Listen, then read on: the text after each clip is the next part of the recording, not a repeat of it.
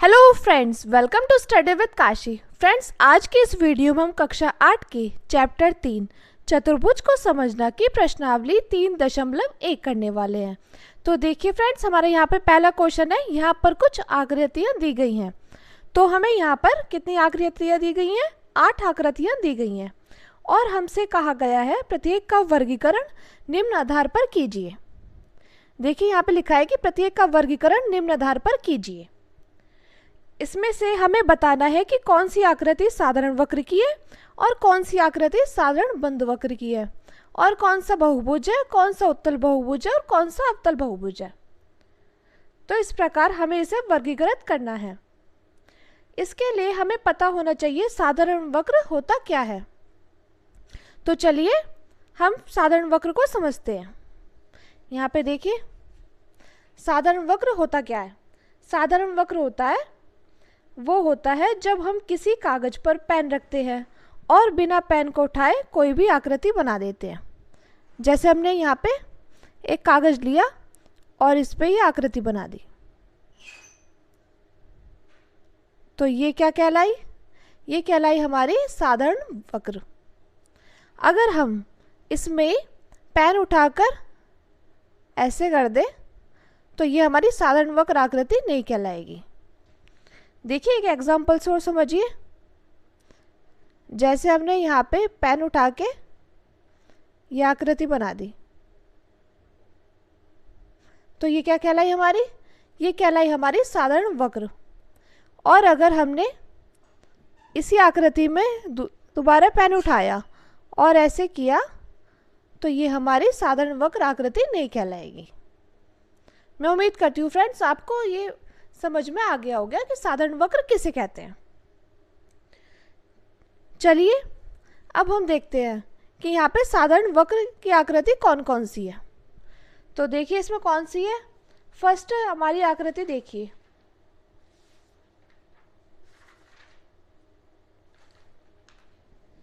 इसमें हम देखते हैं कौन कौन सी आकृति बिना पेन उठाए बना सकते हैं हम। तो देखिए यहाँ पे हम देखते हैं हम अपनी फर्स्ट आकृति को, तो हम इसको ऐसे बना सकते हैं बिना पेन को उठाए हुए। तो ये हमारी आकृति बन गई। तो पहली हमारी आकृति कौन सी है? पहली हमारी साधारण वक्र की आकृति है। दूसरी देखते हैं। दूसरी भी बना ली, तो ये भी हमारी साधारण वक्र की आकृति है। अब हम तीसरी देखते हैं।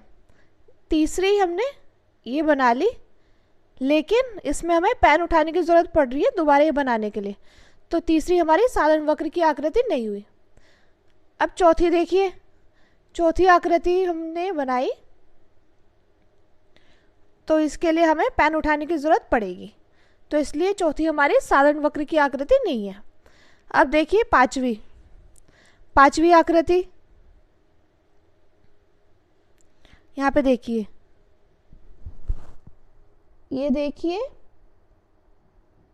इसमें भी हमें पेन उठाने की जरूरत नहीं पड़ी। अब देखते हैं हम अपनी छठी आकृति। छठी आकृति भी हमारी बन पा रही है। अब सातवीं आकृति देखिए, ये भी हमारी बन पा रही है बिना पेन को उठाए हुए। लेकिन जो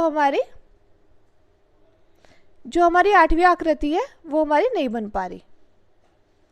तो देखिए यहाँ पे हमने एक गोला खींचा, लेकिन लाइन खींचने के लिए तो हमें पेन को उठाना पड़ेगा, तो ये हमारी साधारण वक्र की आकृति नहीं हुई।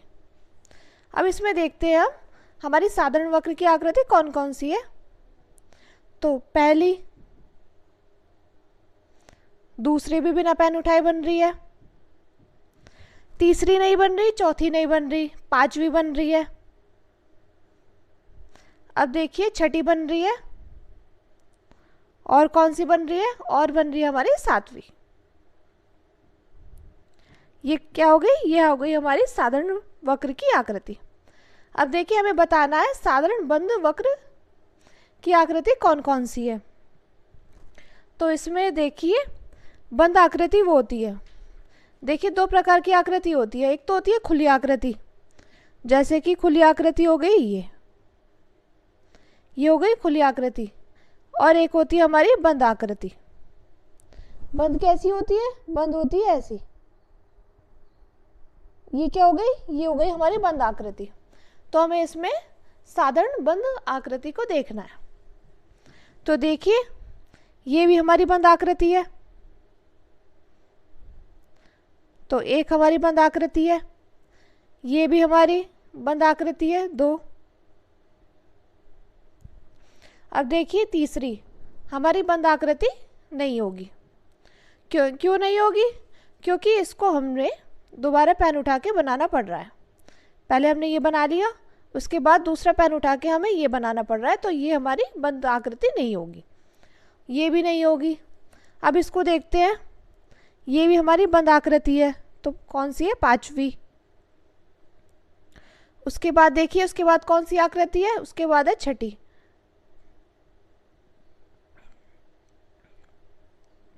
उसके बाद देखिए 7वीं भी हमारी साधारण बंद वक्र की आकृति है। अब देखिए हमसे क्या पूछा गया? हमसे पूछा गया बहुभुज। तो देखिए बहुभुज भी एक साधारण बंद वक्र ही होता है, लेकिन उसमें क्या होती है? उसमें भुजाएं होती हैं। भुजाओं का मतलब क्या होता है? भुजाओं का मतलब होता है सीधी लाइन से। भुजाओं का मतलब होता है सीधी लाइन से। अब देखिए जैसे अगर मैं 3 भुजा लूँ, यानी कि 3 लाइन लूँ, ठीक है, और 3 भुजा लूँ और 3 भुजाओं से आकृति बना लूँ, तो इसको हम क्या बोलेंगे? इसको बोलेंगे हम त्रिभुज। क्या बोलेंगे? इसको बोलेंगे हम त्रिभुज।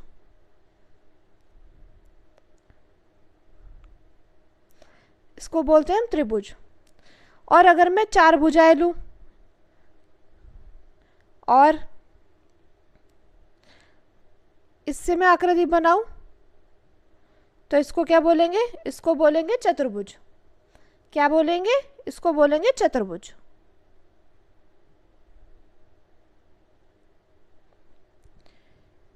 ये सब बहुभुज ही हो गए।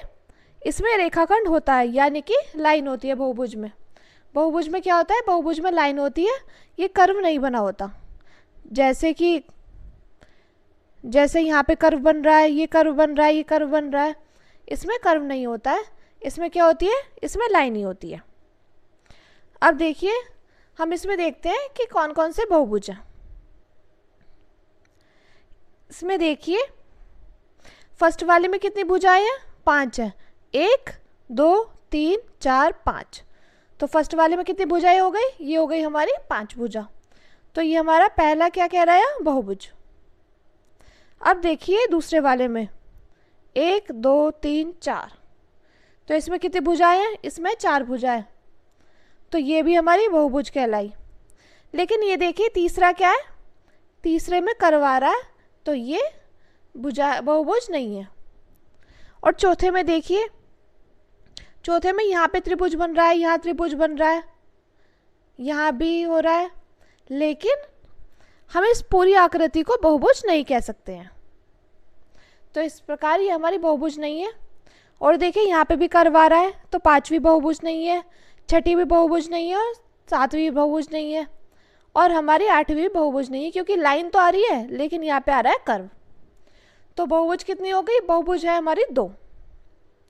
कितनी है बहुभुज? 2 है, 1 और 2। अब देखिए हमसे क्या पूछा है? हमसे पूछा है उत्तल बहुभुज। तो उत्तल बहुभुज क्या होता है? अब उत्तल बहुभुज क्या होता है? ऐसा बहुभुज जो हम बहुभुज के शीर्ष बनाते हैं या कोण बनाते हैं, तो वो बाहर की तरफ होते हैं। देखिए बहुभुज क्या होता है? जैसे हम कोई भी कोण बनाते हैं तो वो क्या होते हैं? बाहर की तरफ होते हैं। जैसे इसमें ये है कोण है, ये बाहर की तरफ है, तो ये क्या कहलाया? ये कहलाया हमारा उत्तल बहुभुज। या दूसरी परिभाषा हो सकती है इसकी, किसी भी बहुभुज के अंदर के कोण 180 डिग्री से कम होने चाहिए। इसके जो अंदर के कोण है 180 डिग्री से क्या होने चाहिए? कम होने चाहिए। अगर 180 डिग्री से ज़्यादा हुए तो क्या कहलाएगा? ये कहलाएगा अवतल बहुभुज। तो हम इसमें देखते हैं उत्तल बहुभुज कौन सा है। उत्तल बहुभुज है हमारा, ये हमारा उत्तल बहुभुज नहीं है। अब देखिए हमने यहाँ पे बहुभुज छाटे थे, तो कौन कौन से बहुभुज निकले थे, 1 और 2। तो हम इसमें से देखेंगे कौन सा बहुभुज है। तो देखिए अगर हम पहली आकृति में देखें तो ये आकृति में ऐसे हो रहा है, ऐसे। तो ये क्या है, ये हमारा उत्तल बहुभुज नहीं है, क्योंकि एक आकृति अंदर की तरफ हो रही है। अब इसमें देखते हैं, इसमें देखिए ये हमारे बाहर की तरफ है, तो 2 हमारी क्या है, 2 हमारी है उत्तल बहुभुज, 2 है उत्तल बहुभुज। अब देखिए अवतल बहुभुज क्या होता है, अवतल बहुभुज वो होता है जिसका कोना अंदर की तरफ होता है। किसका कोना अंदर की तरफ है, तो पहली आकृति का कोना अंदर की तरफ है। देखिए इसका कोना कहाँ है, अंदर की तरफ है, तो ये क्या हुआ, ये है हमारा अवतल बहुभुज। मैं उम्मीद करती हूँ फ्रेंड्स आपको ये क्वेश्चन अच्छे से समझ में आया होगा। चलिए अब हम अपने अगले क्वेश्चन को देखते हैं। अगला क्वेश्चन दिया गया है हमें, अब देखिए हमारा दूसरा क्वेश्चन है, समबाहुभुज क्या है। एक समबाहुभुज का नाम बताइए जिसमें 3 भुजाएं, 4 भुजाएं और 6 भुजाएं हैं। तो पहले हम क्या बताएंगे, पहले हम समबाहुभुज की परिभाषा बताएंगे। तो इसकी परिभाषा है, जिस बहुभुज की सभी भुजाएं तथा कोण समान होते हैं उसे समबाहुभुज कहते हैं। वो क्या कहलाता है, वो कहलाता है हमारा समबाहुभुज। तो देखिए अभी हमने पढ़ा था कि बहुभुज वो होता है जिसमें केवल भुजाएं होती हैं, और इसमें दिया है 3 भुजाएं। तो जैसे 3 भुजाएं दी हुई है हमें, यहाँ पे देखिए अगर हमें 3 भुजाएं दी गई हैं तो हम इससे क्या करेंगे, इससे हम एक आकृति बना देंगे। तो इस बहुभुज का नाम क्या हो जाएगा, इस बहुभुज का नाम हो जाएगा त्रिभुज। क्या हो जाएगा, त्रिभुज। और देखिए इस त्रिभुज की सभी भुजाएं क्या है, समान है। ये भी समान है, ये भी समान है, ये भी समान है, ये तीनों क्या है, समान है। तो ये क्या है, ये समबाहुभुज है। ये क्या कहलाएगा, समबाहुभुज कहलाएगा, और इसको हम समबाहु त्रिभुज भी कह सकते हैं। तो देखिए 3 भुजाओं वाला क्या कहलाएगा, ये कहलाएगा हमारा, यहाँ पे देखिए 3 भुजाओं से हमने एक आकृति बना ली।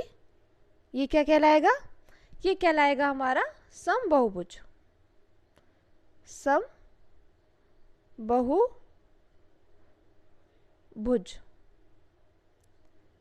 अब देखिए यहाँ पे दी गई है 4 भुजाएं। देखिए 4 भुजाएं लेते हम। अब देखिए 4 भुजाओं से क्या बन सकता है, ये बन सकता है हमारा चतुर्भुज। ये दोनों तो सेम है और ये दोनों भी सेम है, लेकिन हमें इसमें ध्यान रखना है कि सभी भुजाएं समान लेनी है। तो इसमें अगर हम सभी भुजाएं समान लेंगे, ये भी समान लेंगे, ये भी समान लेंगे, तो ये हमारा क्या कहलाएगा, ये कहलाएगी हमारी वर्ग। समान भुजाएं लेनी है हमें जिस बहुभुज की सभी भुजाएं तथा कोण समान हो। तो यहाँ पे हम समान लेंगे, तो ये क्या कहलाएंगे, ये कहलाएंगे हमारे वर्ग। ये हो जाएगी वर्ग, क्योंकि भुजाएं भी और कोण भी क्या होने चाहिए, समान होने चाहिए। यहाँ ये कोण है,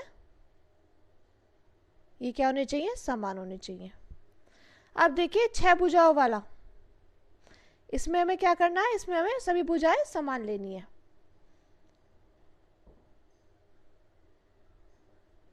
तो इसमें देखिए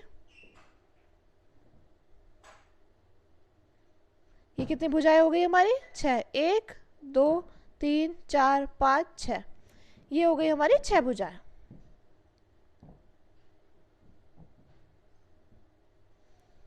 ये क्या कहलाएगा, ये कहलाएगा सम षडभुज।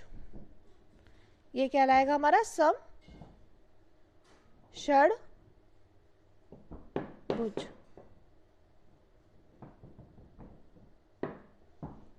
मैं उम्मीद करती हूँ फ्रेंड्स आपको ये दूसरा क्वेश्चन भी अच्छे से समझ में आएगा। आया होगा। अगर आपको वीडियो अच्छी लगी हो तो प्लीज़ हमारे चैनल को सब्सक्राइब कीजिए और वीडियो को लाइक, शेयर और कमेंट ज़रूर कीजिए। Thank you, thanks for watching.